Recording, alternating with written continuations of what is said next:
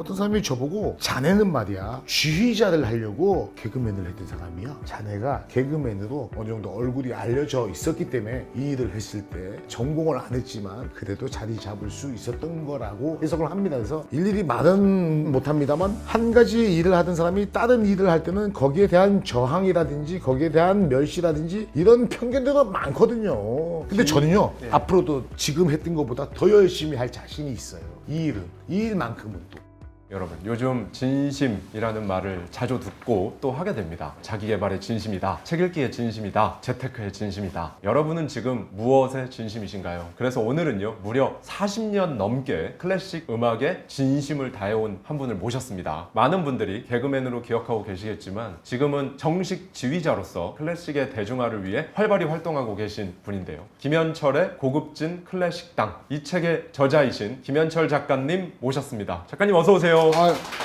아이고 안녕하세요. 반갑습니다. 하와이 대저택 지식인들 사이에서는 유명한 채널입니다. 예, 제가 이렇게 감히 그 초대받을 자격이 있느냐라고 영광입니다. 질문하시면 예. 있다라고 그럼요. 생각을 하고요. 오늘 제가 네. 고급진 클래식 식당을 쓰게 된 비하인드 스토리를 다른 채널에서는 공개하지 않은 따뜻한 얘기 좀 해드리겠습니다.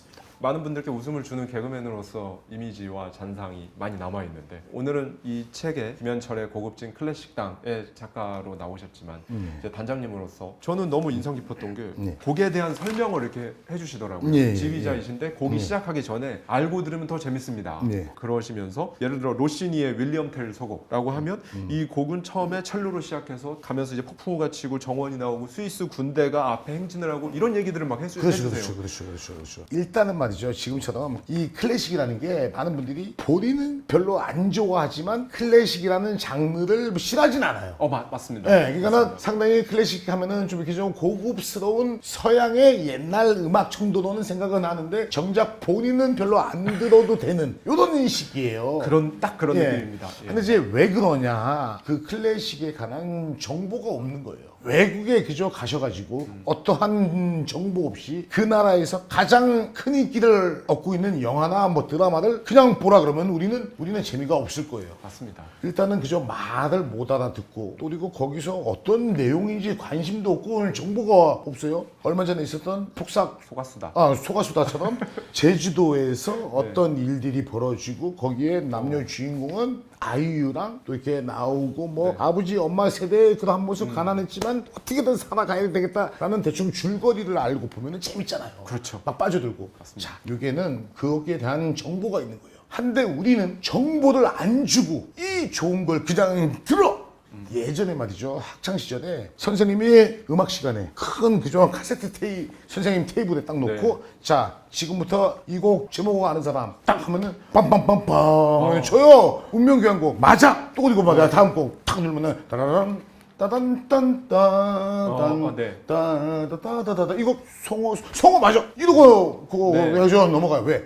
그게 다예요. 정보를 만약에 말이죠 준다 그러면은 클래식 재밌습니다. 우리는 정보를 모르기 때문에 그냥 들으면 재미가 없는 거예요.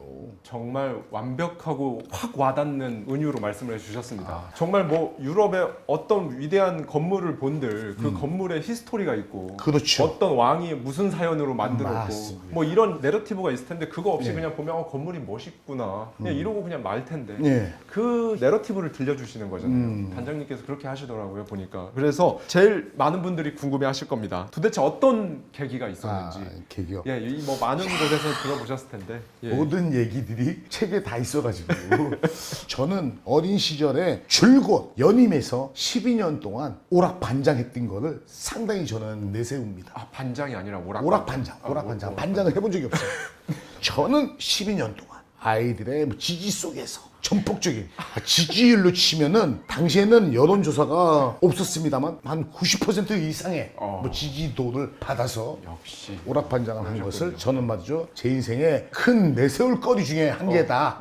오락반장으로서 웃기고 오락 시간을 즐겁게 해야 된다는 의무 아닌 의무를 혼자서 생각을 각을 했죠. 그래서 학창 시절에 그죠 아이디어를 공부하는 데는 안 쓰고 웃기는 것만 찾고 다닌 거예요. 제가 누구를 따라도 하고 그죠 기존에 우리 때는 코미디언 이주일 선생님 따라서 많이들 그렇죠. 했어요. 저는 그때 화가 났죠. 왜? 저 친구는 나보다 못 웃기는 아이인데 쟤는 나보다 웃기는 실력이 없는데 텔레비전에서 나왔던 유명하신 코미디언 선생님을 따라하는 게 웃긴 거야. 배가 아픈 거예요. 나는 저렇게 누구를 따라서 하지 말아야 되겠다. 네. 나만의 뭔가 찾아서 아이들을 웃겨야 되겠다. 네, 네, 네. 그러면서 찾은 게 클래식이었던 거예요. 그래서 TV를 보는데 성악가들이 나와서 돌담길에 딱 써가지고 오가며 그 집 앞을 지나노라며 이렇게 부르는 게 너무나 재밌었던 거야 나는. 그러면서 저는 매주 한 곡씩 가곡을 외워서 오락 시간에 했죠.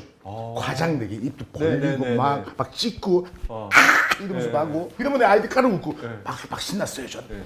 그런데 이제 점점 그죠? 매번 했던 걸 할 수는 없어요. 그러면서 제가 우연찮게 뭐 지휘하는 걸 보게 된 거예요. 저거다. 저걸 내가 가서 음악 틀어놓고 카세트 테이프에 녹음을 해서 플레이 자 나 이렇게 하고 저기서 내가 플레이 땅 누르면 빰빰빰빰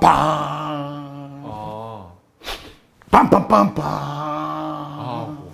빰빰빰빰빰 이렇게 이제 맞춰가는 그런데 그거는 곡을 다 전체 외워야 되잖아요. 외워야 되죠. 그걸 웃기기 위해서 다 클래식을 외우신 거예요? 교향곡을 다 외우신 거예요? 한 거지. 교향곡 그죠? 1악장, 2악장, 3악장, 4악장이 있는데 다는 못하고요. 1악장 정도. 하이라이트 정도. 예, 그죠? 그걸 한 거죠. 웃기려고 한 거예요. 웃기려고. 웃기려고 시작했는데 네. 근데 2018년도 부산 공연을 하셨을 때 예. 3일 동안 6번 공연을 하셨고 했죠. 예. 네. 근데 책에 보면 온몸에 피가 다 빠져나간 느낌이었다. 예. 온몸에 땀이 다 빠져나가서 입속 침도 말랐을 정도였다. 뼈마디가 서로 부딪히는 것처럼 너무 아파서 병원에 기어가다시피 했다라는 맞습니다. 이렇게 회상을 하셨는데 맞습니다. 그러면서 또 클래식이 나에게 어떤 의미일까? 목숨과도 같다, 생명과도 같다. 왜냐? 이 일을 안 하면 못 견디니까 라는 표현을 해주셨어요. 맞습니다. 사실요, 뭐 지휘자분들은 거의 뭐 절대인간이에요. 제가 생각을 할 때는 물론 안 그러신 분도 그죠 네네네. 뭐 있겠지만 우리들이 지금 그죠 대화를 하잖아요. 네. 우리들이 지금 할 때 우리들이를 솔미 이런 식으로도 또 다 캐치를 하실 정도가 되실 거예요 아마 그분들은. 네네. 근데 저는 그 정도는 능력이 안 돼요. 단 계속 45년을 했더니 내가 외우고 있는 곡에 한해서는 네. 연주가 되면 그 곡이 맞다 안 맞다 요 구간이 틀렸다 안 틀렸다는 알죠. 이런 표현을 좋은 말로는 상대인감이라고 표현을 또 네, 누가 네. 또 그랬죠. 그래 주시더라고요. 그래서 근데 이제 다 그런 게 아니고 내가 지휘를 할 수 있는 곡이 50곡이라는 겁니다. 더 많은 곡은 알지만 지금 현재 뭐 지휘를 해 그랬을 때는 50곡 외에는 못 한다는 뜻이에요. 근데 이제 그 곡에 한해서는 요 부분이 틀렸다. 이 파트가 안 나온다. 저기 선생님 안 해요? 빠빠빠 안 해요? 이제 이분이 깜짝 놀라는 거지. 저 사람 다 알고 있었구나. 그런 거는 다 캐치가 돼야지만 뭐 지휘를 할 수 있다 생각합니다. 그거랑 똑같다고 보면 되네요. 뭐 영화나 예. 드라마 같은 데서 뭐 예를 들어 여자친구에게 들려주기 위해 피아노를 아예 모르는데 한 곡만 그냥 통째로 외워서 피아노는 배워본 적이 없지만 예, 한 곡만 그 곡만 칠 수 있는 근데 그걸 엄청나게 완벽하게 쳐서 남들이 보면 되게 피아노 잘 치는 사람인 거예요. 그럴 수도 있죠. 근데 그렇게 시작했는데 이거를 50곡을 그죠. 그냥 통째로 외워서 그렇죠. 외워서 하다가 지금은 이제 전문가가 되어버린. 어쨌든 간에 이게 친구들을 웃기기 위해서 시작했고 그러다가 10대, 20대까지도 계속 재밌게 해주기 위해서 지휘를 하시다가 지금 이렇게 단장님까지 되셨습니다. 지금은 공식적으로 김현철 현마의 웃음과 감동의 오케스트라 심지어 평택 페스티벌 오케스트라의 상임지휘자로 임명이 되셨어요. 지금 이제 거기에 그죠 음악 감독과 뭐 지휘자들 하시는 선생님이 지금도 있어요. 그분께서 저한테 이제 제안을 한 거죠. 한 10년 동안을 봤더니 이렇게 뭐 지자체 뭐 순회 공연을 하고 그거 뭐 다니시는데 조금만 더 좀 뭐 전문성이 좀 있으면 클래식을 대중화시킨다는 그런 표현 많이 하잖아요. 네. 그런데 정말 딱이겠다. 그래서 상임 지휘자도 임명을 하면 같이 좀 해줄 수 있겠냐. 그래서 그래서 그러겠습니다. 그렇지만 저 속으로는 명예적인 타이틀을 받았다라고 생각을 하니까 제가 사실요 한동안은 지휘자로 불려지고 싶은데 안 불러줘가지고 지휘자라고 말을 못한 적이 있어요. 그때가 언제냐 지휘 퍼포머라고 하고 다녔어요 제가. 그 예전 영상 보면 국내 최초 지휘 지휘 퍼포머. 퍼포머라고 했어요. 왜냐면은 저는 뭐 개그맨이라는 그런 이미지 때문에 어딜 가도 쉽게 말해서 개건 지휘자로 불렀음에도 불구하고 저한테 페이를 줌에도 불구하고 그들만의 틀이 있었든지 특별 출연 개그맨 김현철 물론 그 이름도 훌륭한데 네. 그래도 저는 그죠 클래식 연주회 때 저를 지휘로 저도 한 서너 곡을 해달라고 해서 저를 그죠 요청했으면 거기에 뭐 다른 사람 같으면은 객원 지휘자 이러거든요. 그런 게 없었어요. 근데 어떠한 시향에 계신 지휘자 선생이 처음으로 포스터에 객원 지휘 딱 써주신 거예요. 이거 사실 뭐 그죠 어떻게 보면은 뭐 이렇게 작다 보면은 뭐 작지만 정작 저한테는 나에게 어울리는 빛깔과 향기에 맞는 이름을 불러주기를 원하고 그러고 댕겼는데 아무도 안 부르고 어디 가면은 연주자들도 저한테 개그맨 김현철 씨 어떻게 불러야 되나 연예인님 개그맨님 김현철 씨 그냥 선생이라고 하면 되고 뭐 지휘자님 하면 되는데 그들도 선뜻 말하기가 좀 그랬던 거지. 안 그래도 그거를 진짜 꼭 여쭙고 싶었어요. 책을 읽으시면 여러분 다 알 수 있으시겠지만 음악 비전공자로서 한평생 악기를 전공하고 음악을 전공한 분들을 이끄는 지휘의 마에스트로의 역할을 하시잖아요. 처음 딱 하셨을 때 연주자분들의 시선이나 이런 것들이 느껴지셨을 거고 그렇죠. 그리고 지금 이 과정을 말씀해 주셨지만 거기에 지휘 김현철 이렇게 들어가기 전까지 계속 특별 출연 개그맨 김현철 뭐 이렇게 갔던 그런 시간들 이때 어떤 마음으로 계속 하실 수 있으셨어요 그거를? 처음에는요 예. 이벤트로 하는 음악회 제가 그죠 이렇게 좀 사회를 보러 갔다가 저희들 있으니까 한번 해보실래요? 예. 옛날에 보니까 이렇게 좀 하던데요. 네. 이렇게 이제 해서 처음에는 이렇게 좀뭐 재미난 제안이었어요. 네. 근데 다행히 제가 알고 있는 곡이었고 왜냐 20곡 중에 한 곡은 얻어 걸리게 되어 있어요. 왜냐 앵콜 무대는 20곡은 유명한 곡들인 거예요. 쉬운 곡은 아닌데 유명한 오페라 서곡이거나 행진곡이거나 교향곡의 일부분이거나 이런 그죠 연주해용 서곡이거나 이런 거거든요. 딱 겹친 거지. 바로 제가 정말 좋아하는 곡인 카르멘 서곡이었던 카르멘 거예요. 서곡. 이 곡 혹시 하시면은 쥐 한번 해하세요. 그러면은 뭐 관객들이 좋아할 텐데 이런 얘기를 하길래 그 곡 알죠 했더니 이러더라고요 저한테. 저 사람 진짜 뭐 개그 대충 뭐 이러다가 춤 몰라 뭐 이럴 줄 알고 있었던 거겠죠 개그맨이니까. 근데 저는 그 곡을 초등학교 때부터 그 당시에 이미 20여 년 전부터 외워서 있던 곡이니까 체계적으로는 못 외웠지만은 외워져 있는 곡인데 충분했죠. 그분은 저를 비웃었지만 저는 이미 20년을 하고 있는 단계니까 마치 춤추듯이 딱 맞았던 거죠. 사실 뭐 깊이는 없어. 깊이는 없어요. 제가 그죠 뭐 강약이라든지 이런 부분 뭐 템포 조율도 없고 오케스트라가 연주하는 대로 따라서 처음에는 가게 되죠. 그렇지만은 중간에 그죠 악보상으로는 뭐 쉼표가 있고 그리고 반드시 악보를 봐야 되는 구간이 있어요. 저는 처음에 그것조차도 누가 좀 알려주는 사람이 없어가지고 혼자서 했죠. 독학을 그죠 혼자 하니까 연주자들이 나를 계속 쳐다보고 계속 맴돌아요 소리가. 넘어가야지 나도 따라가는데 그죠? 이해가 되죠 뭔지. 내가 이끄는 게 아니고 연주를 따라가다 보니까 근데 연주자들이 넘어가야 되는데 안 넘어가. 왜 안 넘어가냐? 그 자리가 악보상에 있는 페르마타 이게 이제 점이 있는 구간이에요. 그건 어떻게 해야 되나요? 그건 이제 쉽게 말해서 지휘자의 사인을 보고 빨리 하든 느리게 하든 의도적으로 거기에 이제 곡 해석이 틀려진다라는 얘기도 그런 구간에서 조금 할 수 있어요. 어떤 부분은 지나치게 늘릴 때가 있어요. 예를 들어서 그죠 뭐 축배의 노래 그거 알죠? 니비야 이거 있지 않습니까? 앞부분에 바로 페르마타가 딱 찍혀 있어요. 일부러 바로 이어서 갈 수도 있고 이걸 가지고 뭐 틀렸다 맞다 그러면은 이거는 조금 그런 부분이거든요. 이런 구간에서는 연주자들은 기계적으로 쳐다보게 되어 있습니다. 유튜브 채널 영상을 통해서 그 지휘하시는 영상을 봤는데 두 가지 포인트가 와닿았는데요. 첫 번째는요. 첫 번째. 두 개의 곡입니다. 아까 말씀드렸던 파일벨의 캐논 그리고 신세계 교향곡. 신세계 교향곡. 이 두 곡을 지휘하시는데 진짜 저는 정명원 선생님이나 카라얀이나 이런 분들 지휘하는 것보다 더 멋있었어요. 그리고 첫 번째는 뭐 또 그런 아니 정말로요. 멋있었어요. 참하고 다시 한번. 그랬고 두 번째는 파일벨 캐논이 왜 세대의 바이올린과 통주점을 위한 노래인지 그 다음에 드보르자크의 이 교향곡 9번 신세계 교향곡이 도대체 아기상어와 무슨 연관이 있는지 이런 것들을 정말 재밌더라고요. 이 교향곡이 이렇게 재밌게 들을 수 있구나. 와, 클래식 왜 재밌지? 정말 이런 생각이 저도 들 정도로. 예, 그 설명을 해준 사람이 없어요. 예. 입시 위주였기 때문에. 네, 근데 그 김현철의 고급진 클래식당 저 이 책을 읽으면서 사실 정말 순식간에 쭉 읽혔거든요. 그 어려운 그 역사적 배경과 그 스토리 내러티브들을 너무 재밌게 써주셨어요. 심야들 기울이고. 원래 글을 잘 쓰셨나요? 아니요. 이게 바로 클래식 정신이 녹아있는 것 같아요. 어떤 분들이 이런 얘기를 해요, 저한테. 아니, 어떻게 클래식이 몇백 년 된 곡인데 아직까지도 사랑을 받고 얼마 전에 우리 1994년도 때 네. 히트친 노래들 지금 노래방 가서 노래 불렀더니 사람들이 옛날 구닥다리 같다고 막 그러는데 왜 이런 차이가 있어요? 라는 고도의 뭐 질문을 해요. 정말 고도의 질문. 이거 정말 고도의 뭐 질문이에요. 네.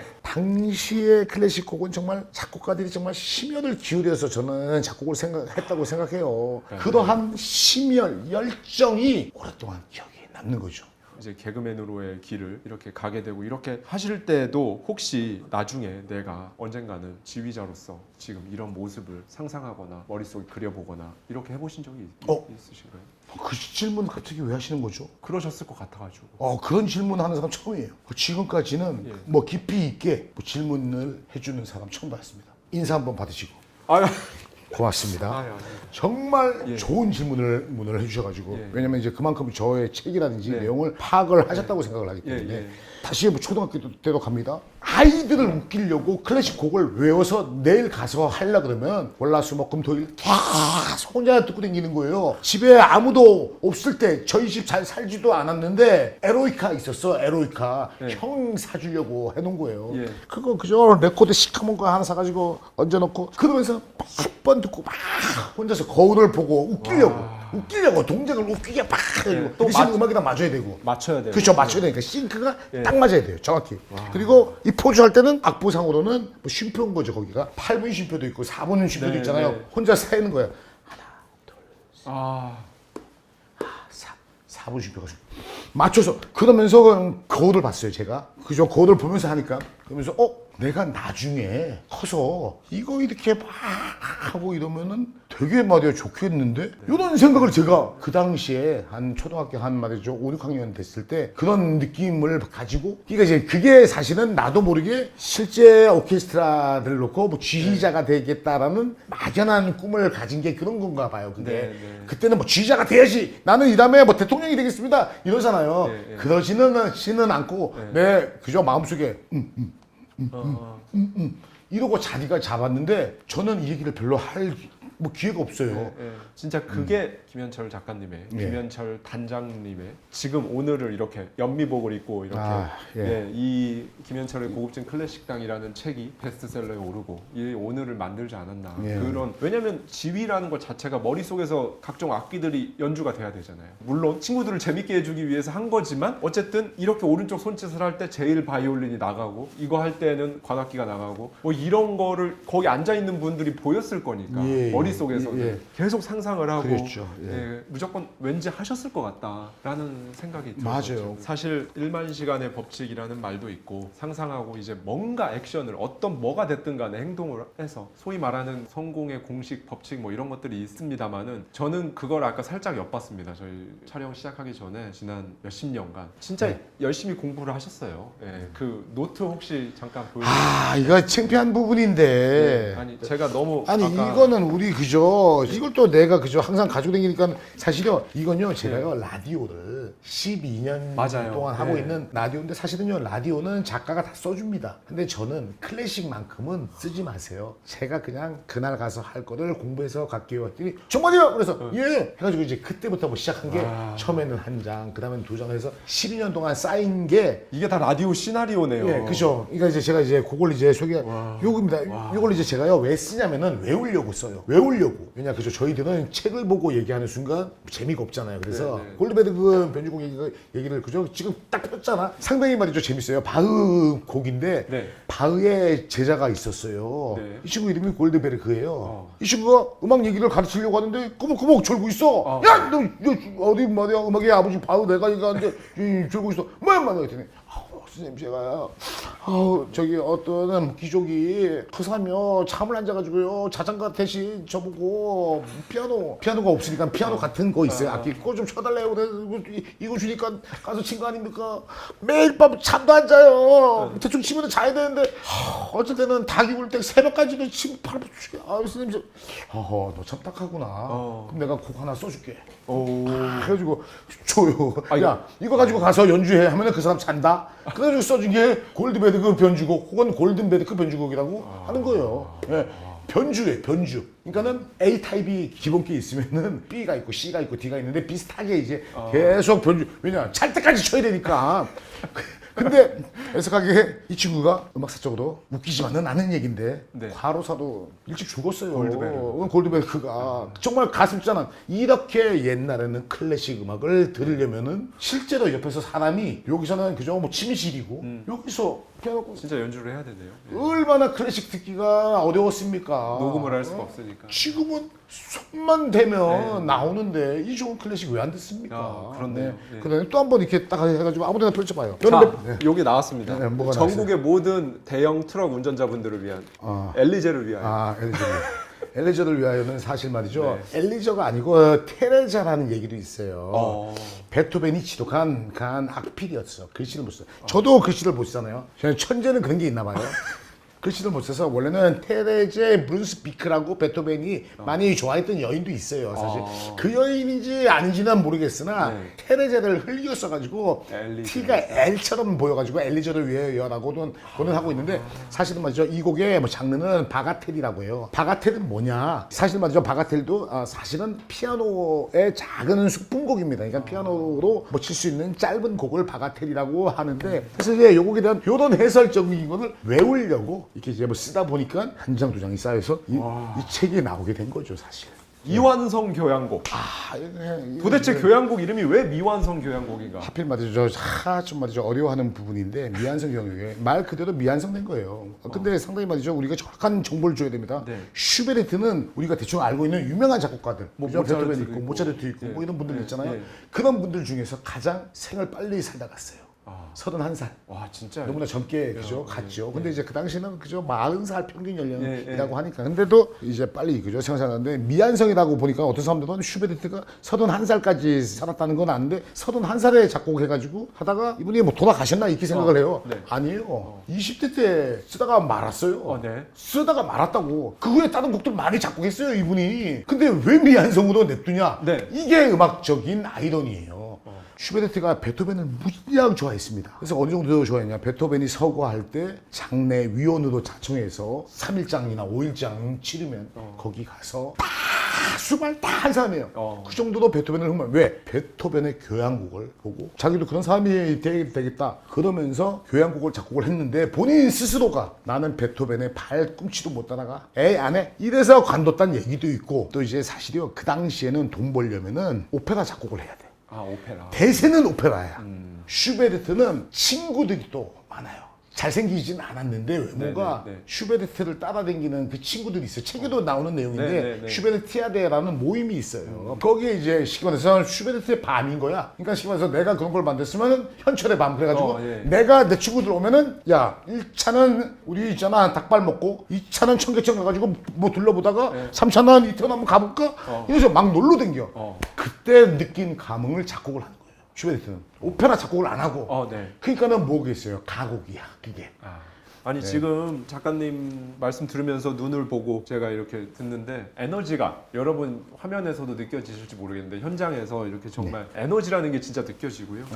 또 어떤 생각이 들었냐면 정말 충분히 음악을 전공을 하신 교향악단 단원분들을 지휘하실 수 있는 마에스트로로서 자격이 진짜 충분하시다. 이 영상을 보시는 많은 분들이 거의 평생을 하기 싫은 걸 하면서 아침에 일어나면서 미간부터 찌푸려지면서 하기 싫은 걸 돈 벌어야 되니까 그러니까 그렇게 살아가고 계세요. 근데 하고 싶은 건 있어. 근데 용기가 안 나고 리스크가 좀 있을 것 같고 뭐 이런 이유들이 있잖아요. 근데 정말 저는 지금 보면서 느끼는 게 이걸 보면서도 그렇고 작가님을 보면서 느끼는 게 사람은 진짜 역시 자기가 좋아하는 걸 하면서 살아야 된다. 예. 그죠? 예전에 학창 시절에 그죠? 엄마가 깨워도 학교 가기 싫어서 그죠? 5분만 더 한 거는 학교 가기가 뭐 싫었던 거잖아요. 그렇죠. 근데 이거는 내가 이 일을 해도 조금밖에 안 줘도 이렇게까지 하는 사람인데 거기에 뭐 지휘까지 하래. 오케스트라들을 놓고 열심히 해야죠. 좋아하는 건데 돈 주는데 그런 심리가 좀 더 있고요. 어쨌든 간에 근데 저는 이 일을 하는 게 좋아요. 저희가 막 쓰고 있을 때요. 사람들이 저한테 뭐 하냐 너? 이런 사람들 많았어요. 야 그거 뭐더라 그러고 야 돈도 안 되는 거? 정신 나갔다 그래요. 근데 뭐 집요하게 그죠? 그리고 또 이제 나름 챕터가 있어요. 이렇게 하고 나의 생각 이게 다 있거든요. 그리고 또 이제 제 한 가지는 더 소년의 마음. 소년의 마음을 항상 가지려고 돼요. 왜냐? 지금 당장 음악을 연주하는 내 입장에서 시작하고 하고 나온 입장에서 그 소녀를 듣고 표현을 해주는 사람인데 아이처럼 좋은 거 만난 거 사지마 좋아 이래야 되고 뭐라고 하면 왜 그래요 울기도 해야 되잖아요 마음이. 근데 우리는 그죠 성인이 되고 어른이 되면 음흉해져가지고 누가 뭐라 그러든 왜 이럴 수 있으면 안 된다고 생각을 하기 때문에 소년의 마음과 집요하고 끝까지 해야 되는 이런 마음은 두 가지는 가져야 된다고 저는 생각을 하고 그렇게 좀 행하고 있어요. 작가님이 네. 니체가 말하는 초인이시네요. 낙타, 사자, 최종적으로 아이 단계. 어. 아까 소년을 말씀하셨잖아요. 예. 니체가 말하는 초인이 좀 아이 같은 상태가 되는 게 그게 초인이라고 합니다. 이야 희한하네요 그게 그죠? 예. 나는 초인이 돼서 아이가 되겠다는 생각을 해본 적이 없는데 예. 그냥 내 스스로 그렇게 생각한 게 맞아 떨어지네요. 예, 이 클래식에 있어서는 어허. 초인이십니다. 아무리 좋아하는 거라도 어렵고 힘든 건 분명히 그 과정은 있거든요. 그럴 때 있죠. 예, 그게 다 있는데 이제 많은 분들이 뭘 좋아하는데 그거 하면 이제 정말 꽃길만 펼쳐지고 재밌고 근데 중간에 갑자기 어렵고 뭔가 잘 안 되고 하면 그냥 접어버리고 또 다시 원래대로 돌아오고 이렇게 한단 말이죠. 그 참 그죠 아이러니해요 그죠. 저도 이렇게 제가 클래식을 이렇게 좋아해서 지금은 이제 클래식 일을 또 해서 그걸로 인해서 또 이렇게 생활을 하게 되고 근데 상당히 그죠 만족합니다. 너무나 만족하는데 어떤 분이 저한테 그런 얘기를 한 적이 있어요. 상당히 네. 말이죠 감동 깊게 저도 말이죠 생각을 하는데 어떤 사람이 저보고 자네는 말이야 지휘자를 하려고 개그맨을 했던 사람이야 이 얘기를 해요. 그거 상당히 웃기잖아요 그죠? 네, 네. 아니 개그맨 하면서 뭐 지휘자가 된 건데 그게 아니래요. 지휘자 하려고 개그맨을 했대요.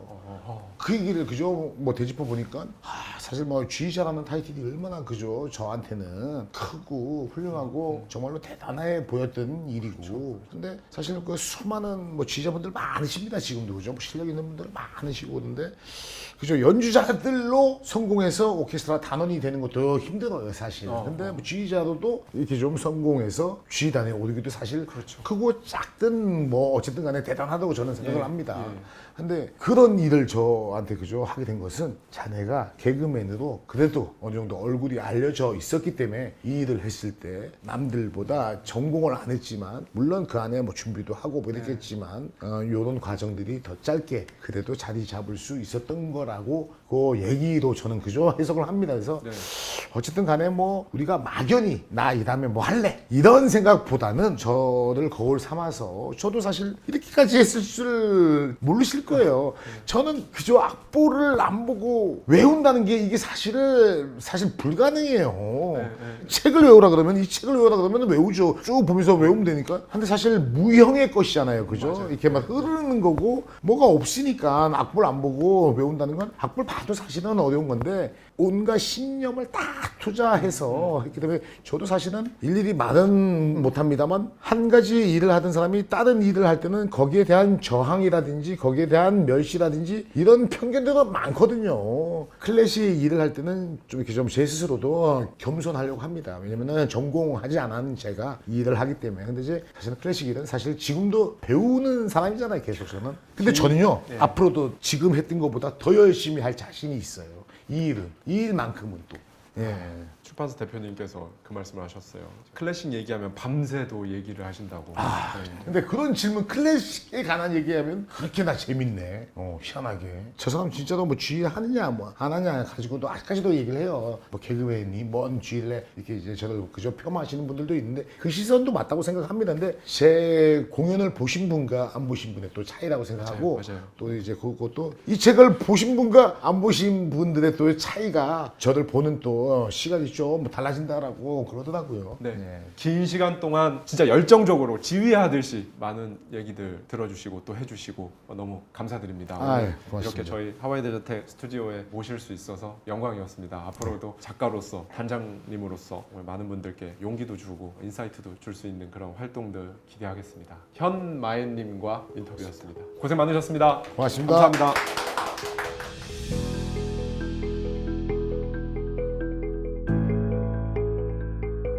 행동에서는 나오는 거긴 한데 계속 적어요. 진짜 갖고 싶은 게 있으면. 저는 제가 목표로 생각을 하고 해야 됐다고 생각한 걸 무조건 해야 되는 사람이에요. 망해도 해봐야 되는 거예요. 무조건 만져봐야 되고, 저는 냄새 맡아봐야 되고, 먹어봐야 되고, 눈으로 봐야 되는 그런 루틴을 가지고 있는 사람이에요. 그런 기묘함이 있는 것 같아요. 여러분 혹시 컵밥 드셔보신 적 있으시죠? 직접 먹어보진 않았더라도 왜 노량진 컵밥거리 떠올리시는 분들 많으실 거예요. 그런데 이 컵밥으로요, 미국에서 연매출 600억 원을 기록한 놀라운 성공을 이룬 사업가가 우리나라에 있다는 사실 알고 계셨나요? 어렸을 때는 그냥 춤추는 걸 좋아하던, 학교에서는 꼴찌 문제아로 불리던 그런 청년이 10년 전에 미국으로 건너가서요, 일군 실제 스토리예요.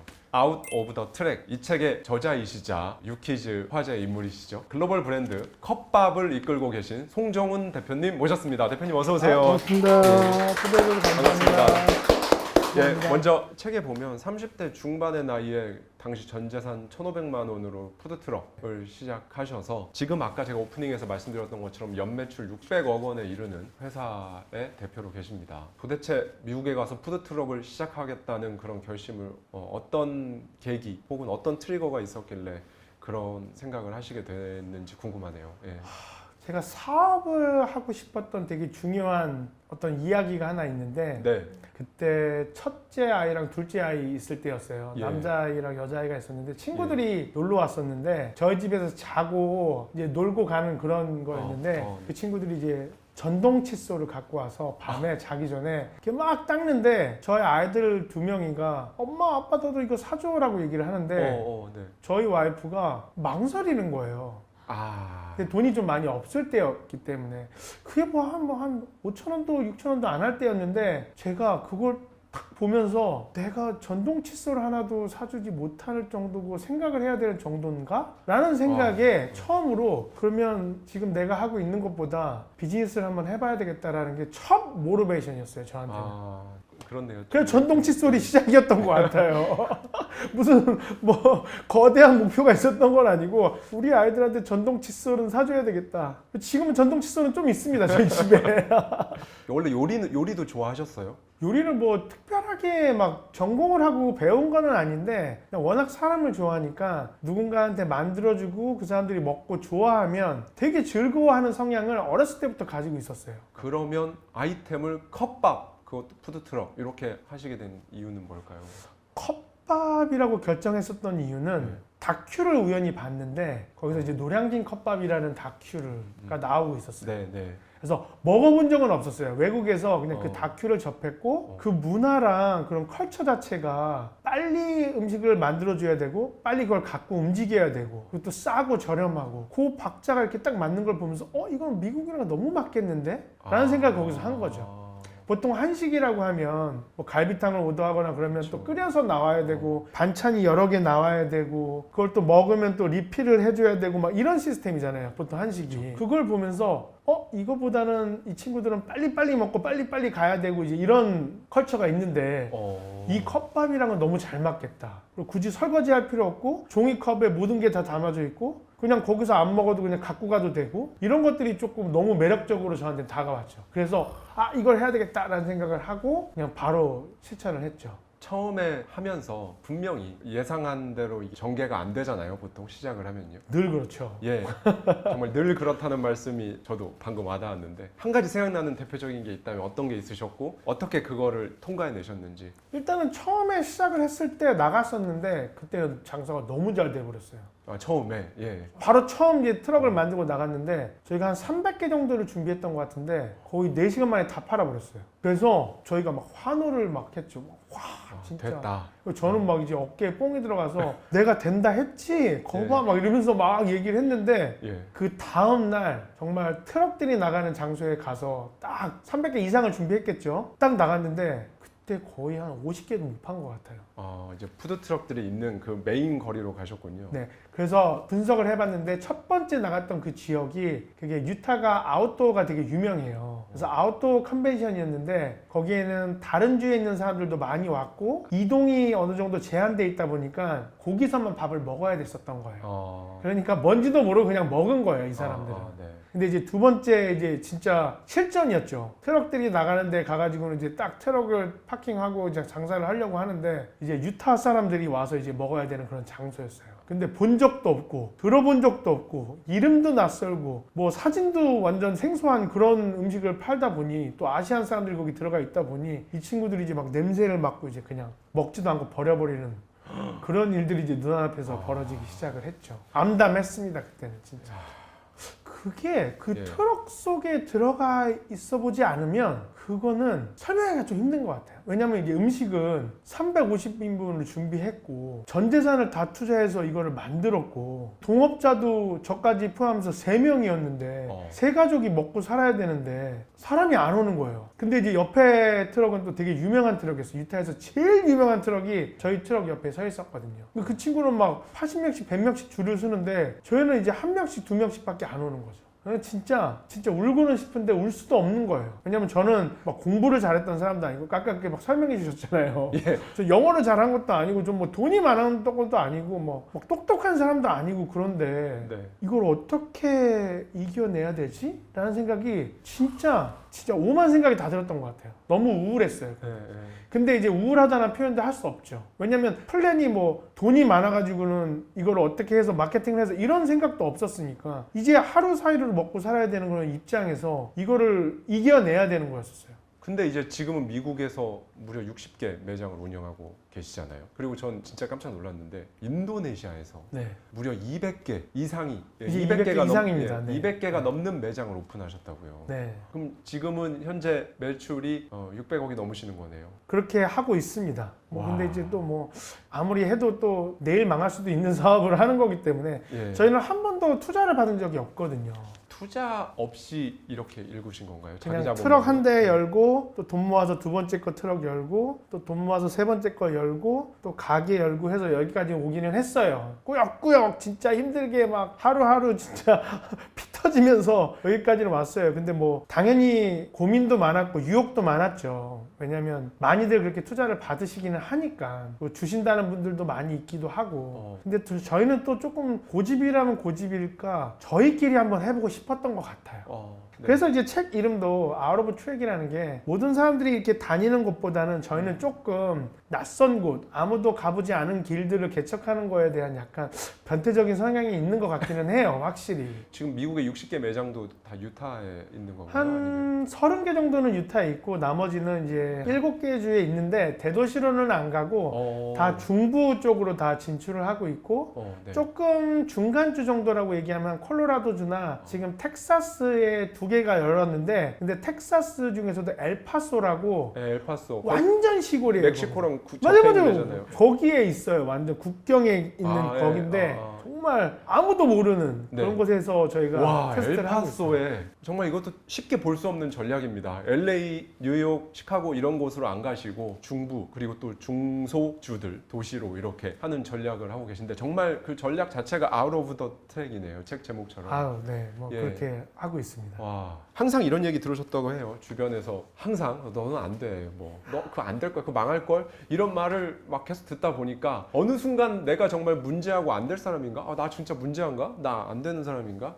이렇게 고민을 해본 적이 있으시다고요. 그게 언제적이고 이게 왜 그랬을까요? 근데 그런 고민을 많이 하기는 하죠. 사람이면 그렇죠. 자꾸 안 된다고 하니까. 근데 그것보다 좀 더 중요했었던 거는 제가 생각해보면 그 말을 듣고 만감이 교차하죠. 그럼에도 불구하고 이빨을 꽉 무는 일들이 많았었던 것 같아요. 그게 저한테는 되게 중요했던 것 같아요. 그거는 여러 가지 의미가 있기는 하지만 네. 제가 표현을 한다라고 하면 그래? 안 될 것 같아? 그럼 내가 보여줄게. 네. 왜 안 된다 그래? 세상에 자꾸 할 수 없다라고만 얘기하는 사람들이 되게 많아요, 의외로. 근데 저는 할 수 없다보다는 하기 싫은 거라고 생각이 들거든요. 왜냐면 제일 많이 들었던 얘기가 야, 그거 안 돼, 하지 마가 되게 많았었어요. 근데 나중에 저희가 장사가 잘 되고 이제 트럭 앞에 막 이제 300명씩 막 넘게 줄을 섰거든요. 그때 제가 제일 많이 들었던 말은 그거 내가 하려고 그랬었는데 로 바뀌더라고요, 그 말이.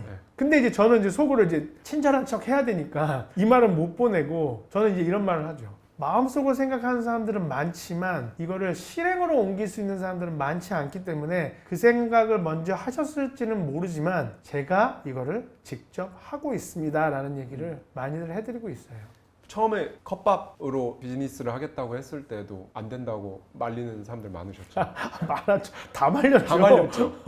나를 잘 안다고 생각하는 사람들이 더 말리거든요, 보통. 네, 맞아요. 대표님은 어떻게 거기서 뚫고 그래도 나는 할 거야. 이거 정말 쉽지 않은데 대표님만의 어떤 그 기준이 있으신가요? 분명하게 안 되는 이유들을 많이들 이야기하셨어요. 돈이 있냐, 뭐 언어가 되냐, 경험이 있냐, 그리고 파트너를 하는 게 맞냐, 막 이런 정말 중요한 단어들을 많이 이야기해 주셨어요. 그걸 흘려버린 건 아니지만 저는 제가 할 수 있는 이유들을 찾았어요. 좀 장점들을. 안 되는 이야기들을 많이 해주셨지만 될 수 있는 이야기들을 많이 외쳤던 것 같아요. 왜냐하면 가장 중요한 건 아까 처음에 말씀드렸던 저는 아이들이 있었기 때문에 이 아이들한테 먹여 살려줘야 되는 그런 중요한 무게감이 제 어깨에 있었기 때문에 그거는 어떤 사람들보다 간절한 거라고 생각을 하거든요. 그게 저한테는 굉장히 큰 장점으로 딱 새겨졌고요. 저희 와이프가 저를 진짜 많이 믿어줬어요. 그거는 정말 저한테는 소중한 경험이에요. 모든 사람들이 안 된다라고 했을 때 저를 바라보고 저를 믿어주고 저희 아이를 같이 가져준 저희 와이프가 믿어주고 내가 도와줄게 라는 이야기를 했을 때 그 자존감과 자신감은 지금까지도 제가 이렇게 좀 개성적으로 생기긴 했지만 거울 보면서 나 오늘 잘났어 라고 할 수 있는 그런 자존감과 자신감을 만들어준 것 같아요. 몇 년 정도 되니까 이제는 좀 잘 되는구나. 이걸 느끼기 전까지 몇 년 정도 고생하셨어요? 이게 맞는 것 같아요. 컵밥은 의외로 빨리 성장했어요. 빨리 성장했는데 그 성장을 하는 데 있어서 그 컵밥만 보면 안 될 것 같고 그 컵밥을 하기 전에 것들을 보면 저희가 못해도 한 6년, 7년을 고생을 했던 것 같아요. 근데 그때 실패했었던 그리고 저희가 중요하게 생각하지 못했던 부분들을 그 단점을 장점으로 바꾸면서 컵밥에 넣었을 때 이제 그때부터 이게 가속도가 좀 붙었던 것 같아요. 컵밥 비즈니스를 하시기 전에 다른 비즈니스들 많이 하셨고 소위 다 망하고 뭐 망한 건 아니었고 잘 했었던 거였는데 이게 고릴라 VIP라는 사업이었는데 쿠폰 사업이었어요. 그래서 카드를 보여주면 딜을 받는 그런 사업이었는데 잘 되고는 있었는데 어느 순간 컵밥이라는 아이디어가 생기면서 이 두 개를 같이 러닝을 해야 됐었어요. 근데 어느 날 딱 문득 이런 생각이 드는 거예요. 과연 내가 두 마리 토끼를 잡을 수 있을까? 모든 사람들한테 24시간이라는 시간이 있는데 내가 과연 8시간을 투자할 수 있을까? 하나에 집중했을 때 16시간을 투자할 수 있는 건데 8시간을 넣었을 때와 16시간을 집중해서 우리가 한다라고 했을 때 과연 이게 큰 차이가 있지 않을까라는 생각을 하게 된 거예요. 그래서 딱 정말 냉정하게 생각을 했어요. 고릴라 VIP가 훨씬 더 잘 되고 있었어요. 컵밥은 이제 시작한 상태였고요. 근데 초반에 이걸 느꼈던 거예요. 이게 과연 두 마리 토끼를 가질 수 있을까? 고릴라 VIP를 내셔널 브랜드로 만들 수 있을까? 라고 생각했을 때 이거는 유타에서만 할 수 있었던 거였더라고요. 그러면 컵밥은 이거는 내셔널 브랜드로 만들 수 있다는 생각이 들었어요. 그래서 그날 그만뒀어요. 굉장히 극단적인 사안이긴 하거든요. 그래도 한 5만 명씩 일주일에 들어오고 있었던 그런 회사였어요. 근데 그날 문 닫았어요. 팔고 싶어 하는 이제 요청이 좀 있었어요. 한두 팀 정도 네. 관심 있어갖고 막 이야기하던 팀들도 있었는데 첫 번째 제 아이였기 때문에 이건 내가 시작했기 때문에 내가 죽여야 된다라고 생각을 해서 팔지도 않고 그냥 폐업을 한. 문을 닫고 컵밥에 집중하게 됩니다. 왜 이렇게 하냐면요. 예. 생각을 너무 많이 해버리면 하지 말아야 될 이유들이 되게 많이 생각이 나서 저는 의외로 이게 맞다라고 생각하고 이게 저한테 확 들어오는 게 있으면 그렇게 결정을 해요. 그럼 물론 그렇게 결정을 해서 실수하는 경우들도 있지만 의외로 하나에 집중하고 그것만 바라본다라고 하면 제 자세 자체가 바뀐 거기 때문에 잘 될 수밖에 없는 경우들이 많이 생기더라고요. 그래서 이걸 보고 오해하진 않으셨으면 좋겠어요. 예. 그냥 무모하게 컵밥을 선택하고 막 밀고 나간 거는 아니에요. 네. 뒤에 많은 조사들도 있었고 그렇겠죠. 경험도 했기 때문에 이거에 대한 확신이 확 든 거예요. 그래서 지금 막 이걸 보고 계시다가 와이프를 바라보시고 뭐 남편을 바라보고 멀쩡한 직장을 그만두고 나 이제 뭐 도너츠 파러 갈래라고 이야기하라는 게 아니라 많은 경험들과 그러니까 why라는 거에 대해서 대답을 좀 많이 하셨으면 좋겠어요. 본인 자신이. 왜 내가 이걸 해야 되는 거고, 왜 내가 이걸 잘할 수 있는 거고, 왜 내가 이걸 하면 우주 정복을 할 수 있는 거고, 왜 내가 이걸 하면 정말 제격인지에 대한 답을 먼저 가지고 계셔야 되는 게 맞는 것 같아요. 그냥 무작정 나 오늘 할래! 라고 하는 거는 되게 무모한 도전인 것 같아요. 보기에는 제가 그냥 무모하게 그냥 샀습니다, 그만뒀습니다 라고 이야기하지만 그 후에 쌓았던 그런 경험들이 정말 많이 있고 그 노하우가 있기 때문에 이걸 해도 될 수 있다라는 확신과 그런 자신감과 자존감이 있기 때문에 제가 할 수 있었던 거였거든요. 사업을 하시다가 정말 어려운 상황에 딱 직면했을 때 그 전동 칫솔을 갖고 싶어 했던 그 예쁜 딸이 이렇게 말씀을 하셨다고 해요. 아빠는 항상 나한테 포기하지 말고 끝까지 하라고 하잖아요. 그럼 나도 만약 학교 안 가고 싶으면 그냥 학교 그만 다녀도 돼요? 아빠가 포기하면 나도 포기할래. 이 말을 듣고 순간 정신이 번쩍 들었다고 하셨어요. 네. 제가 가장 힘들 때 문제는 사람과의 그런 문제가 생겼을 때 저는 굴 속으로 들어가요. 저는 요식업을 하고 있다고 생각하지는 않거든요. 피플스 비즈니스를 하고 있다고 생각을 해요. 저희를 또 부를 때 푸드 엔터테인먼트라고 저희는 또 부르거든요. 저희 자신을. 좀 네. 재밌는 사람들이랑 일을 하고 있는 회사라고 생각을 하는데 그런 사람과 사람의 문제가 생겼을 때는 한없이 우울해지는 것 같아요. 막 진짜 5억, 10억이 손해볼 때도 있거든요. 때로는 저희가 잘못된 결정을 할 때. 그런 거는 또 벌자라고 생각을 하는데 이런 사람과 사람 문제가 생길 때 한국에서 막 날라와가지고 저희랑 막 일을 하는데 막 안 좋은 일들이 생겨버리고 그러면 저는 이렇게 구멍으로 들어가 버리는 성향이 좀 있었어요. 그때 이제 그 친구가 이제 동굴에 있는 제 아빠의 모습을 보면서 아빠 나도 그렇게 해도 돼? 라는 얘기를 했었던 거였죠. 딸이. 그래서 그걸 딱 듣는데 이게 망치로 한 대 맞은 느낌이었죠. 근데 저는 이제 책 읽으면서 아웃 오브 더 트랙을 읽으면서 재밌었던 부분이 지금 이제 회사의 대표님이 CEO시고 네. CEO로 최고 운영 책임자로 계신 분이 무려 골드만삭스에서 금융 투자자로 일하던 분이셨다고 해요. 네네. 아니 이 월가에 계시던 분이 전혀 다른 분야에 어떻게 이렇게 하실 수가 있었는지.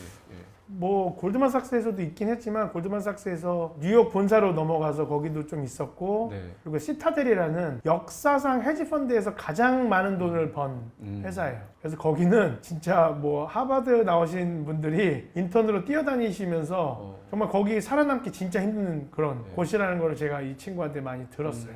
근데 저는 이제 비즈니스 때문에 뉴욕을 몇 번 갔었는데 저희 와이프가 한 번도 뉴욕을 간 적이 없어서 저희 와이프랑 몇 달 전에 뉴욕에 갔었어요. 그래서 너무 부푼 마음으로 딱 비행기를 내리고 우리 오빠 뭐 할 거야? 너무 부푼 거죠. 네. 근데 이제 제가 뭘 하기 전에 내가 꼭 한 군데 가고 싶은 데가 있는데 거기 한번 갔으면 좋겠다. 그게 뭔데 이렇게 따라와야 돼. 제가 처음 도착해서 짐 딱 호텔에 넣어놓고 제일 먼저 간 데가 덕이 회사였어요. 덕이 회사 앞에. 저희 그 CEO 권덕 저희 파트너 회사 앞에 그 시타델 회사 앞에 딱 갔어요. 진짜 어마어마한 곳이에요 거기가. 진짜 뉴욕 중심의 맨하탄의 그냥 가운데에 있어요. 거기에는 뭐 정말 진짜 날고긴 그렇죠. 전 세계에서 가장 큰 회사들이 그 건물 안에 막 다 모여 있는 그런 회사예요. 근데 제가 그거를 거기에 직접 가서 그걸 한번 보고 싶었던 거예요. 도대체 어디에서 얘가 온 건지 그걸 직접 보고 싶었던 거예요. 그래서 봤는데 진짜 어마어마한 곳에서 그 친구가 배고플 때 갔던 맥도날드, 그 친구가 고민했던 곳, 그 친구가 타고 다녔던 서브웨이 이런 데를 막 다니면서 친구가 무슨 생각을 하고 여기 왔을까라는 생각을 하고 거기에서 전화를 했어요. 진짜 네가 또라이는 또라이다. 어떻게 여기서 그 유타에 그 말도 안 되는 푸드트럭 하는 비즈니스에 왔냐. 찾아온 건가요? 그 친구가 연락을 했어요. 저 첫 번째 손님 중에 한 명이었어요. 아 원래는 트럭 처음 했었을 때. 아 근데 어떻게 유타에 있는 트럭에 어떻게? 유타의 골드만삭스에 가장 들어가기 힘든 부서에서 일을 하고 있었다가 거기서 골드만삭스 본사에서 이 친구를 데리고 간 거죠. 근데 맨하탄으로. 그때 제가 한 2, 3개월 정도를 그 친구 회사 앞에서 트럭을 장사하고 있을 때였었어요. 그래서 손님과 사장으로 만난 사이였어요. 그랬군요. 근데 제가 막 줄을 되게 특이하게 그때도 아직 기억나요. 그때 한 300명씩 줄을 섰거든요. 그때 네. 다운타운에. 근데 그 중에 아시안이라고 하는 그 친구 딱 한 명 있었어요. 아, 그래서 제가 기억을 하는 거예요. 네. 저는 속으로 이거는 너가 먹을 음식이 아닌데 네. 이건 미국 친구들 먹으라고 만든 음식인데 왜 한국 사람이 맨날 줄을 서지? 라고 생각해서 제가 그 친구를 기억을 해요. 네. 그래서 그 친구가 마지막에 갈 때도 형 저 이제 뉴욕 가요. 저 이제 못 와요. 나중에 형 성공해서 뉴욕 와요. 트럭 갖고 이러고 갔거든요. 근데 한 6년인가 7년 뒤에 저한테 페이스북으로 연락이 왔었어요. 형 잘 지내고 계시죠? 제가 이 컨셉이 계속 머릿속을 떠나지 않아서 제가 전화를 했습니다. 제가 이 회사에 조인하고 싶은데 할 수 있을까요? 라는 거였었어요. 그 친구가 네. 그때 시타델에서 인베스터로서 6천억을 매니징하고 있었던 친구예요. 네. 본인이 말도 안 되는 회사에 CEO들을 앉혀놓고 투자하던 그런 어. 친구였었어요. 네. 그래서 컵밥 온다 그랬을 때 나중에 시타델에서 2배로 올려줬어요.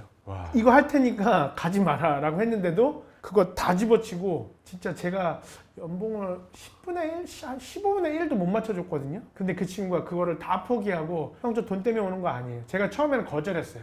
너무 좋은데 너무 비싸니까 안 될 것 같다 그랬는데 저 돈 필요 없습니다. 이렇게 얘기했거든요, 그 친구가. 근데 나중에 이 친구를 만나고 1시간 정도 얘기하는데 1시간 딱 이야기하고는 제가 이 친구 무조건 잡아야 되겠다는 생각을 제가 나중에 더 했어요. 그래서 돈으로 꽂을 수 없었기 때문에 제가 이 친구한테 제안했었던 게 이거였던 것 같아요. 제 비전이었던 것 같아요. 그래서 그거를 제가 시도를 했어요. 세상에는 돈을 정말 잘 버는 금융인들도 있고 인베스터도 있기는 한데 덕희 씨 그거 알아요?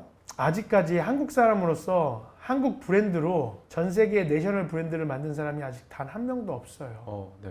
이거 저랑 같이 한번 해볼래요? 라는 말이었어요. 근데 그때 그 친구가 그 눈에서 그 반짝이는 게 저 아직도 제가 기억하거든요. 네, 형. 저 하고 싶어요. 저 당장 올게요. 라고 해서 그 친구가 컵밥에 조인하고 저희가 지금까지 하루하루 재미나게 피 터지게 그 6천억을 매니징 하던 친구가 어느 날 사무실에 딱 들어갔는데 막 누구랑 싸우고 있는 거예요, 전화로. 야, 이불만 깎아달라고. 이불이면 한 2,500원 정도 되거든요. 그거 깎아달라고 하길래 제가 이제 네가 웰컴 투 마이 라이프 그렇게 적응해서 저랑 재미나게 사업을 하고 있습니다. 그게 권덕이라는 친구의 스토리입니다. 그래서 정말 저희 친구들 한 명 한 명 보면 막 요식업에 30년 넘게 있었던 친구들, 막 요식업 되게 유명한 대기업에서 온 친구들, 그런 친구들이 많아요. 그래서 저는 막 600억 했다, 500억 했다 이런 것보다는 그거를 만들고 있는 그 친구들이 저한테는 가장 중요한 보물이기도 하고, 제가 어떻게 보면 여기에서 조명을 받으면서 카메라를 받으면서 하이라이트를 하고 있지만 그 친구들이 매일매일 데일리 오퍼레이트를 하고 있는 저한테는 소중한 사람들이에요. 그 친구들이 있기 때문에 제가 이 회사에 대한 이야기를 할 수 있는 거기도 하고요. 저 그거 하나 여쭙고 싶은데 처음에 다른 비즈니스와 이 푸드트럭을 같이 병행을 하다가 이 브랜드를 내셔널 브랜드로 키워보겠다. 그 내셔널 브랜드를 만든 대표님의 모습 또는 회사의 모습, 그런 그림 한 장의 이미지 상상하거나 해보셨죠? 제 성향적으로는 뭔가를 목표를 딱 정해놓고 가는 성향은 아니에요. 저는 굉장히 즉흥적인 사람이기 때문에 재밌으면 하고, 만약에 아니다가 하면 그냥 바로 드랍하고 다른 걸 하는 그런 사람이긴 한데, 그런 질문을 주셨을 때 제가 바로 딱 생각했던 사진 한 장이 있었던 것 같아요. 다 같이 이빨을 드러내고 웃고 있는 사진인 것 같아요. 다 같이 직원들이. 다 같이 모두가. 많은 분들은 목표가 뭐예요? 5년 뒤에 10년 뒤에 컵밥의 모습은 어떤 거예요? 저는 어떻게 보면 트럭을 처음 만들었을 때부터 슬로건 자체를, 목표가 아닌 슬로건이 컵밥으로 우주정복이었어요. 트럭 하나 있었을 때도.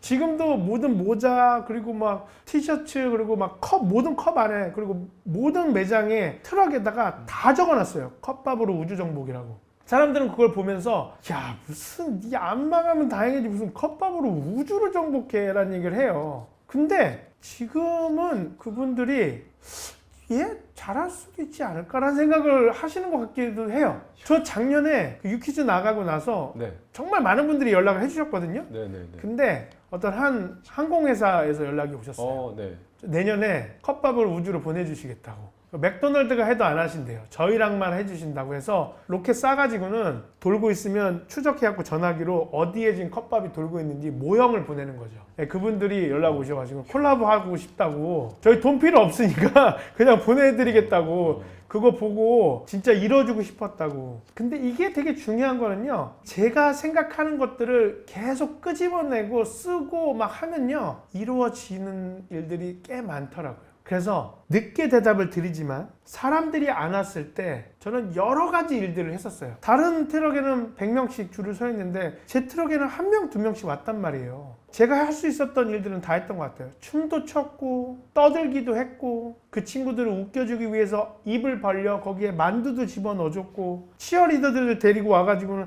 공짜로 컵밥 줄 테니까 뒤로 덤블링도 시키고, 마술도 하게 하고, 막 빗자루 코에 세우면 공짜로 준다고 하니까 막 이런 거 하고, 그냥 제가 생각할 수 있었던 모든, 이 친구들과 재미나게 할 수 있었던 것들을 다 했던 것 같아요. 그랬을 때 그 한 명이 10명이 되고 100명이 되고 300명이 되는 그런 말도 안 되는 일들이 일어나기 시작했습니다. 굉장히 큰 울림이 있네요. 예, 아웃 오브 더 트랙에서 저는 굉장히 인상 깊었던 부분이 있는데 4줄 제가 짧게 낭독해드리겠습니다. 미국에 가면 성공할 수 있다는 말을 하려는 게 아니다. 나도 했으니까 당신도 할 수 있다는 이야기를 하고 싶은 게 아니라 당장 바로 옆 나라라도 가서 두 눈으로 확인해 봤으면 좋겠다는 말을 하고 싶었다. 조금만 고개를 돌려도 내가 상상도 하지 못했던 세상이 펼쳐지고 있다. 이렇게 써있던 부분이 저는 너무 와 닿았고 인상적이었는데, 대표님은 이 책의 이 내용을 어떤 마음으로 이렇게 적으셨어요? 지금 현세 살고 계신 분들은 갖춰진 옷을 입고 정해진 방법과 여러 선조들이 주신 경험들을 통해서 안전된 트랙을 달리는 거를 많이들 원하시는 것 같아요. 근데 저는 그거는 그렇게 중요한 것 같지는 않아요. 트랙 밖의 삶이 훨씬 더 재밌고요. 나가보니 저는 트랙에 들어와 본 적이 없는 사람이기 때문에 감히 이런 얘기를 드릴 수 있는 것 같아요. 굉장히 모험적인 일들도 많이 생기고요. 훨씬 넓다라는 걸 많이 느꼈어요. 이 말이 외국에서만 굳이 배운다라는 뜻이 아니에요. 국내에서도 당연히 많은 일들을 할 수 있고 많은 경험들을 할 수 있는 거지만, 정말 세상이 얼마나 넓은지는 한번 보셨으면 좋겠어요. 놀러 가는 거는 조금 틀린 것 같아요. 놀러 가서 뭐 재밌게 가족들과 보내는 건 하시고, 저는 다른 사람들은 어떻게 먹고 사는지를 한번 보셨으면 좋겠어요. 그랬을 때 그 트랙 밖에 정말 많은 일들이 이루어지고 있거든요. 저는 그분들이 그러한 것들을 한번 느껴봤으면 좋겠어요. 그리고 거기에서 좋은 기회가 있다면 국내에 갖고 와셔도 하셔도 되는 거고, 정말 기회가 되고 용기가 있으시면 저처럼 어드벤처를 통해 가지고는 다른 나라에서도, 왜냐하면 지금은 그 코리아라는 그 단어 자체만으로도 프리미엄으로 통하는 시대가 됐거든요. 이거는 인정하셔야 돼요. 이미 다른 사람들은 몽골 사람들이 한국 사람인 척 안녕하세요를 외치면서 코리안을 팔고 있고요.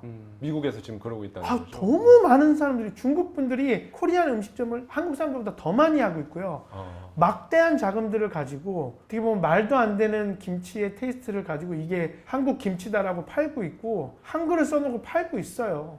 그런 걸 볼 때 저도 여기서 태어난 사람이고, 초중고등학교 여기 다녔고, 군대도 다녀온 사람으로서, 복무신주어 맨날 외치면서 다녔던 사람으로서 이런 걸 볼 때 욱하는 게 아니라 이제 주먹이 꽉 쥐어지죠. 왜? 우리는 5천만 명이 넘는 한국 사람들이 정말 어떻게 보면 유타주 반도 안 되는 그 한국에서 치열하게 살고 있는데, 이분들이 진짜 오리지널 티를 가지고 정말 한국말을 하면서 한국 음식을 만들고 한국 물건을 판매할 수 있다면, 이거는 정말 너무 흥분되는 일이라는 생각이 들었던 거예요. 여기서는 한국에 가면 진짜 아무 데나 들어가도, 야, 어떻게 이런 인테리어를 했고 어떻게 이런 아이디어가 있고 이런 마케팅을, 한국 분들이 정말 그런 거 잘하시거든요. 근데 그런 분들이 아직은 많이 안 계세요. 그래서 어차피 저 혼자 이걸 다 먹을 수 있는 마켓이 아니에요. 미국 자체라는 곳이 어마어마하게 큰 곳이기 때문에 그런 플레이어들이 많이 오셔서 진짜가 정말 잘 돼야 저희들도 잘 되는 건 거예요. 한국이라는 그런 어떤 큰 파도를 지금 탔잖아요. 막 블랙핑크도 나오고 막 정말 오징어 게임 막 난리 났잖아요. 근데 만약에 이런 게 더 이상 나오지 않으면 우리는 어떻게 되는 거지? 베트남 음식이나 타이 음식 같은 경우는 이런 게 없었는데도 불구하고 그 사람들 문화 안에 들어가 있거든요.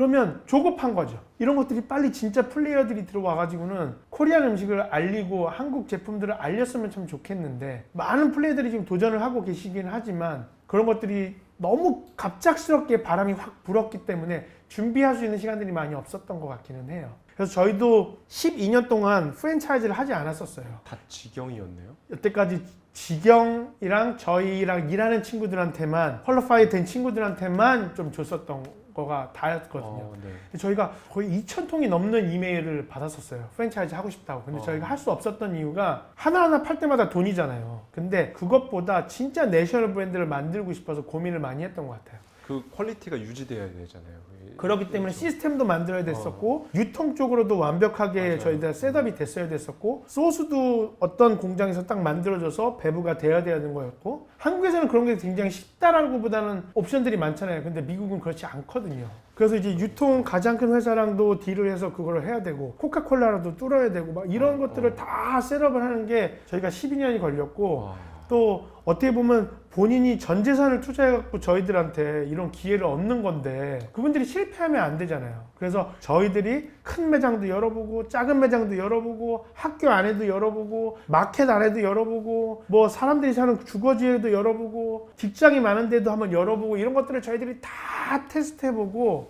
그걸 12년이라는 노하우를 하고, 저희가 한 달 전부터 이런 것들을 저희가 진행하면서 아까 말씀드렸던 칼말론이라는 맞아요. 기타 재즈 친구, 지금 이게 갑자기 무슨 얘기인가, 칼말로 어디서 많이 들어본 것 같은데라고 하실 수 있는데, 아마 이 채널을 보시는 30대 후반, 40대 이상의 남성분들이라면 NBA, 미국 NBA 유타 재즈의 칼 말론과 존 스탁턴 선수들 아실 거예요. 마이클 조던 때문에 매번 준우승만 했던. 맞습니다. 예, 정말 레전드죠. 칼 말론이 여러분 프랜차이즈, 그러니까 컵밥 A 지점이라고 하면 A 지점의 지점장 칼말론 지점장. 정말 충격적. 그런가요? 네, 칼말론 지점장. 우리 지점장님이 칼말론입니다. 이거 약간 마이클 조던 지점장 이런 거랑 비슷한 느낌이거든요.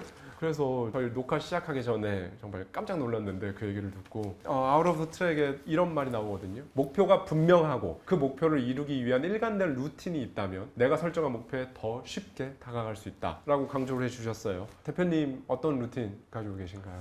저는 좀 무식한 루틴인데 네. 저는 갖고 싶으면 무조건 가져야 돼요. 그게 루틴이에요. 네. 그래서 예. 어떤 가게가 있으면 계속 막 가서 만져요. 저는 가질 때까지. 뭘 만진다는 거죠? 그 가게를 계속 만져요. 가서 아침이건 점심이건 저녁이건 그냥 가서 만져요. 가게 밖에서요? 네. 가게를? 그냥 만져요. 진짜 거기 갖고 싶으면. 주인분이 나와서 뭐 상관없어요. 그냥 만지고 그 법 어기는 건 아니니까, 뭐 훔쳐가는 건 아니니까. 그리고 이게 그냥 행동에서는 나오는 거긴 한데 계속 적어요. 진짜 갖고 싶은 게 있으면. 그리고 저는 가져야 되는 사람이에요. 근데 나쁜 식의 방법은 아닌 것 같아요. 저는 제가 목표로 생각을 하고 해야 됐다고 생각한 걸 무조건 해야 되는 사람이에요. 그게 망해도 해봐야 되는 거예요. 무조건 만져봐야 되고, 저는 냄새 맡아봐야 되고, 먹어봐야 되고, 눈으로 봐야 되는 그런 루틴을 가지고 있는 사람이에요. 그리고 궁금한 걸 못 참아요. 그리고 한번 해야 되겠다고 생각한 건 무조건 해야 된다라는 말이 거기에 열고 싶으면 가서 만져야 되고, 이야기해야 되고, 친구가 돼야 되고, 그런 어떻게 보면 좀 집요함이 있는 것 같아요. 그걸 루틴이라고 저는 이야기하고 싶어요. 저의 지인이 네이버 들어가고 싶어가지고 취준생 때 지방에 사는데 거기까지 정말 일주일에 한 번씩 올라와서 그 네이버 본사 주위를 10바퀴씩 돌고 갔어요. 한 번 올라와서. 근데 그럼 진짜 기회가 생긴다니까. 제가 이렇게 근데 들어갔습니다. 제가 만졌다 그랬잖아요. 네. 그 가게에 어느 날 용기를 내고 들어가서 이 가게 나한테 팔아라고 했더니 그 친구가 되게 이상하게 보죠. 장사하고 있는데 들어와서 팔라고 하니까. 근데 갑자기 키친에서 누가 나오더니 얼마 줄 건데 이러는 거예요. 그 제가 8천만 원 주고 그 가게를 샀어요. 근데 그 가게 8천만 원을 저희가 3개월 만에 다 벌어버렸어요. 왜냐면 아무리 그 지역에 열고 싶은데 자리가 안 나오는 거예요. 근데 대부분 사람들 그냥 기다리거나 그렇게 하는데, 저는 그러면 어디가 나한테 팔 수 있을까라고 생각했었던 자리가 그 자리였고, 그 자리를 계속 만지다가 기회가 딱 봐가지고 들어가가지고 손님이 없을 때 이야기를 했는데, 그날 제가 8천만 원 오퍼를 하고 그분이 그 자리에서 파셨어요. 그래서 그 자리에 컵밥 간판을 올릴 때 너무 좋았고, 가장 많은 손님이 온 장소 중에 하나기도 하고, 그거 다 끝내고 거기 앞에서 저희가 밥 먹는 사진이 있어요. 아웃 오브 더 트랙에 지금 말씀하신 거와 관련해서 이런 내용이 나오죠. 일단 해보는 것. 생각은 누구나 할 수 있다. 생각이 곧 인생이 되지는 않지만 생각에서 더 나아간 행동은 인생이 된다. 이거 진짜 멋있는 표현이라고 생각이 들었거든요. 많은 이유들로 완벽한 타이밍, 완벽한 그때를 기다리며 머뭇거리고 계신 분들께 대표님께서 한 말씀 해주시면 큰 힘이 되실 것 같아요. 네. 지금 하고 계신 일이나 앞으로 하고 계실 계획을 갖고 계신 분들이 대부분일 것 같아요. 그리고 이게 맞나? 내가 하고 있는 게 맞나? 고민이 많으실 수도 있을 것 같아요. 근데 그거는 모든 사람들이 가지고 있는 문제이기도 하고 제가 아침에 일어났을 때 저한테 던지는 질문이기도 합니다. 하루하루가 불안할 수 있지만 제가 정말 좋아하는 것을 찾았을 때 그 아침이 즐거워지기 시작하는 순간들이 생길 거예요. 저는 그게 바로 여러분들이 꿈을 찾은 순간이라고 생각을 합니다. 그냥 꿈은 꾸는 것이 아니라 이루어내야 볼 수 있는 게 꿈이라고 생각을 하거든요. 많은 경험들이 우리에게 유익이 되는 경험이라고 생각해요. 그게 나쁜 경험이나 좋은 경험이나 여러분들이 많은 경험들을 하셨으면 좋겠습니다. 많이 보셨으면 좋겠습니다. 많이 이야기하고 때로는 만져도 보시면서 내가 확신이 생겼을 때는 좀 무모하지만 빠르게 결정을 하셔서 밀고 나가보는 것도 저는 괜찮은 생각이라고 감히 한번 나눠봅니다. 좀 용기 내보시고 또 용기 내보시고 또 용기 내보시면서 본인이 즐겁게 할 수 있는 일들을 찾아본다고 하면 하루에 10시간을 해도 지치지 않습니다. 이런 것들을 기억하시고 본인들이 즐거운 일이 뭔지를 한번 주위를 보시고 그 조그만 피스를 용감한 마음으로 딱 한번 둬보시면 두 번째 피스를 찾는 게 조금은 더 쉽지 않을까라는 생각을 조심스럽게 나눠봅니다. 화이팅입니다.